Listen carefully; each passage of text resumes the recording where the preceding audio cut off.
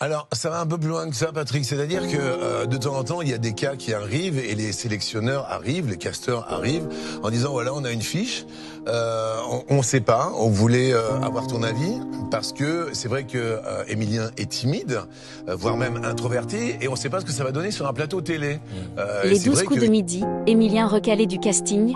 Pourquoi Jean-Luc Reichmann a décidé de lui donner sa chance, ZAPTV. Depuis plus d'1 an et demi, Jean-Luc Reichmann côtoie Emilien dans les 12 coups de midi. Sur le plateau de C'est à vous, l'animateur a cependant révélé que le champion ne serait pas dans son émission sans son aide. Jean-Luc Reichmann est sur tous les fronts. À l'affiche de la 12e saison de la série Léo Mattei, Brigade des mineurs, lancée ce jeudi 24 avril sur TF1, l'animateur est toujours aux commandes des 12 coups de midi. Un jeu de culture générale où Emilien règne en maître depuis le 25 septembre 2023. C'est un véritable record en France et dans l'émission du compagnon de Nathalie Lecoultre. Très attaché au champion qui défile sur son plateau, le présentateur de 64 ans se veut de en plus proche du jeune étudiant en histoire de 22 ans qui a 573 victoires à son compteur et une cagnotte de 2 281 827 €. Invité ce mercredi 23 avril dans C'est à vous, Jean-Luc Reichmann est revenu sur le parcours incroyable du maître de midi, tout en faisant une révélation de taille.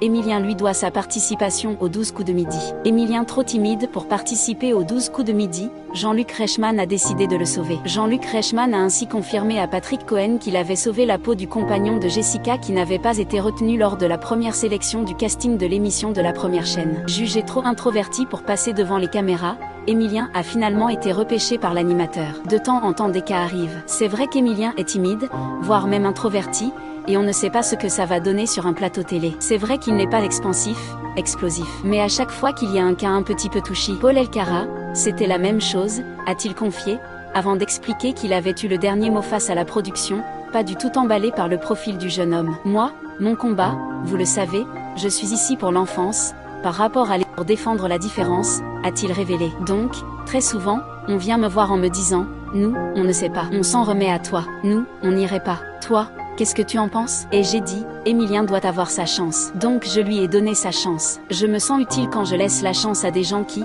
obligatoirement, n'en ont peut-être pas eu autant que nous dans la vie. Un choix qu'il ne regrette pas en admirant le candidat briller chaque jour dans les 12 coups de midi.